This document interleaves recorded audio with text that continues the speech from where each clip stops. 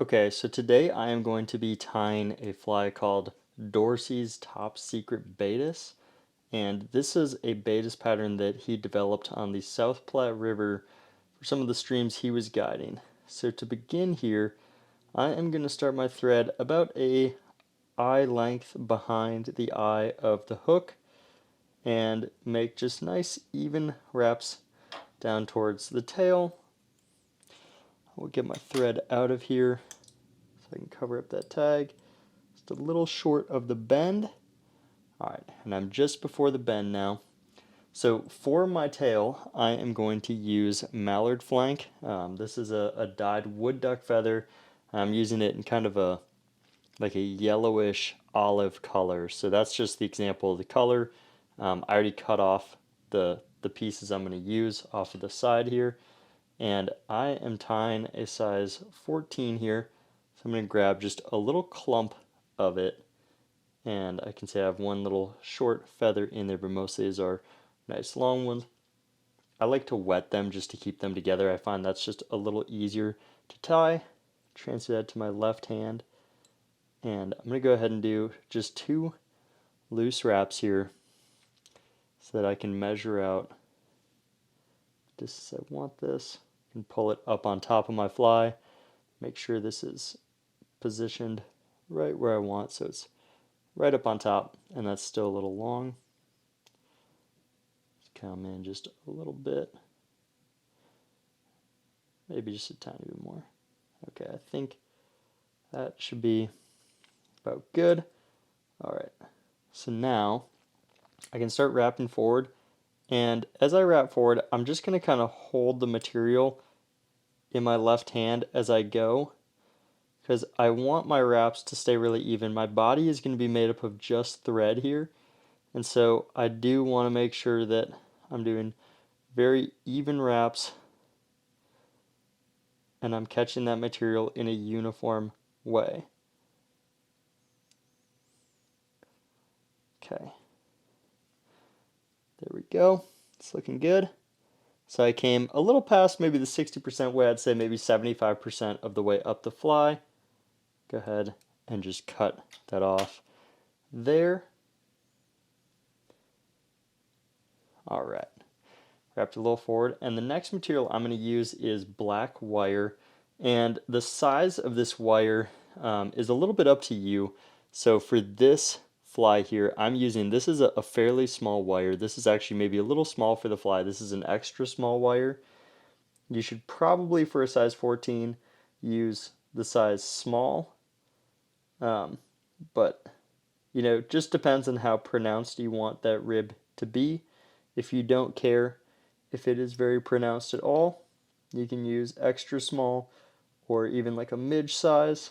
If you want it really pronounced, you could use something even larger than small. I don't know what the next size up of that is. So I tied that all the way back, and now I'm just wrapping forward here, trying to make sure I get nice even wraps. You can see I got a little build up there.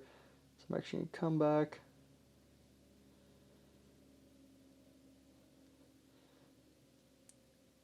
Alright, and I'm just creating a nice, not even really taper, I would say. It's must just like a thread body. So that's looking pretty good. I can see it is still a little dark back here. I think I'm going to do some wraps kind of back over and then forward again, just to try to make sure this is really olive colored all the way throughout.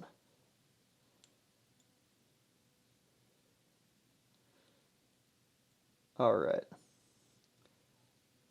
so it's looking pretty good. Yeah, I would say that is pretty nice. Maybe a little uneven in a few spots, but I'd say that is pretty good there. So now I can take my wire and, again, up to you kind of how you want to space this. Just trying to keep nice, even spacing all the way throughout. You can see I maybe got a little off in a few of those there.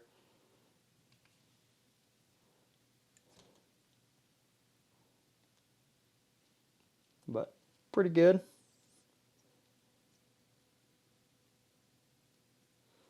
Tie it off,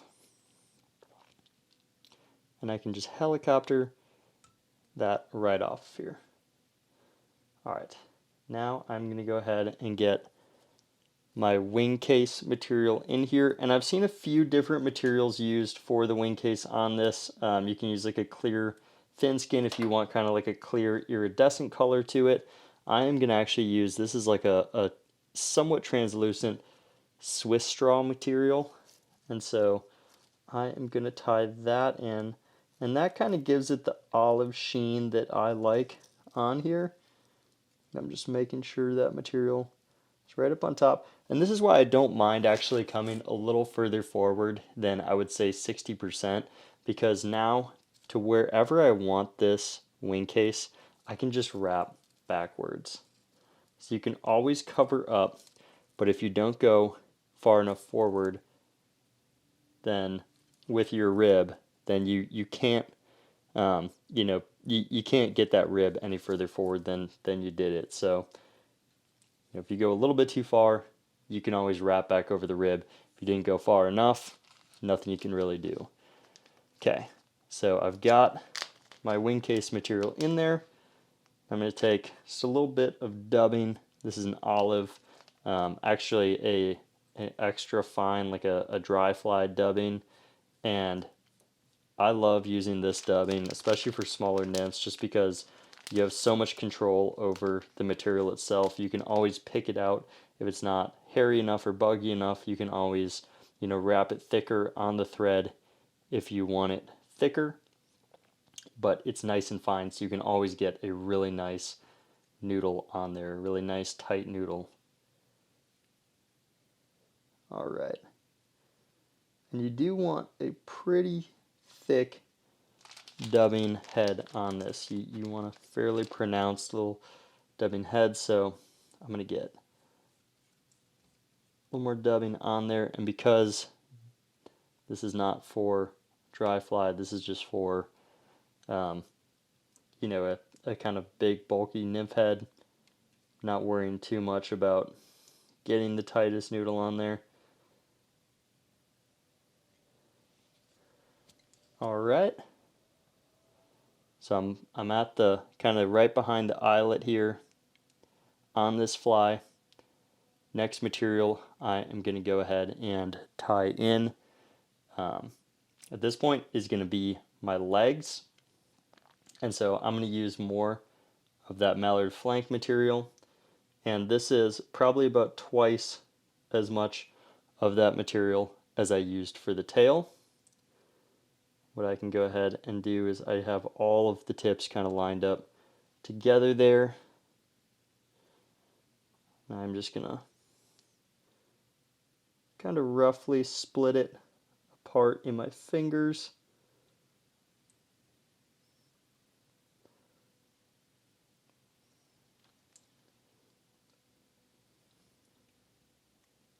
And what I'm actually doing is just kind of lining it up so that the material is split into two sections there. And again, I wet it just to kind of have a little bit more control. So I can pinch that on either side and just kind of carefully pull it so that it's attached on there. And then because this is not locked down, I can carefully pull my material until it is the length I would like it to be, and just trying to make sure that it stays on either side there. So I'd say that's about how long I want it, is kind of just past where this wing case is going to be. So I'll lash that down. And then to tie off, what I'll actually do is pull this back and get it tied in, and then cut this off as close to flush as I can. That way it is not crowding my eyelet, and it'll actually even get covered up by my wing case material. This one got a little bit up on top. That's okay. I think the wing case is going to pull it off to the side there. All right, now we can go ahead and attach our wing case over it. So, just going to pull this down over the top. Want to make sure I'm not trapping any legs in there when I do that. Just going to hold them back out of the way. All right, I've got my legs out to the sides. And then same thing with this material. I don't want to let up tension yet, but what I will go ahead and do is pull it backwards, and I'm just going to kind of work until I catch right up onto this material. I don't want to go very far. Okay, so I just caught it coming backwards, and now I can take my scissors here and just trim it as close to flush as possible. Again, that keeps it from crowding my eyelet, so my eyelet is just nice and clear. The final step of this is get a couple of wraps in there. And as a heads up for you, if you're having trouble tying off one of these flies with a downturned eye, when you go to tie it off, turn your fly sideways or even upside down, and then your thread is way less likely to actually slip off of the eye of the fly. So if you're having trouble with it, you can just do it that way.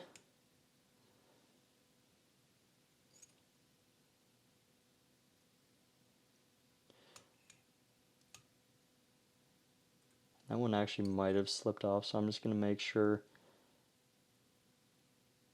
I've got room for the thread here. So,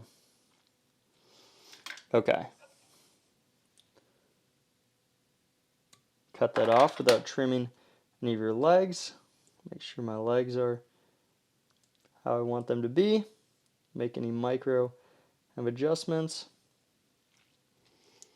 All right, and I'd say that is looking pretty good right there. Final step to it. So we can do just a tiny little dab of head cement on here to finish it off. But that is the Dorsey's top secret Baetis. Baetis are one of my favorite patterns. It's kind of that first mayfly hatch of the spring. And so I've always had a fairly special place in my heart for the Baetis hatch. It's predictable. It's, you've been fishing, if dry flies at all, midges or the tiny black stones.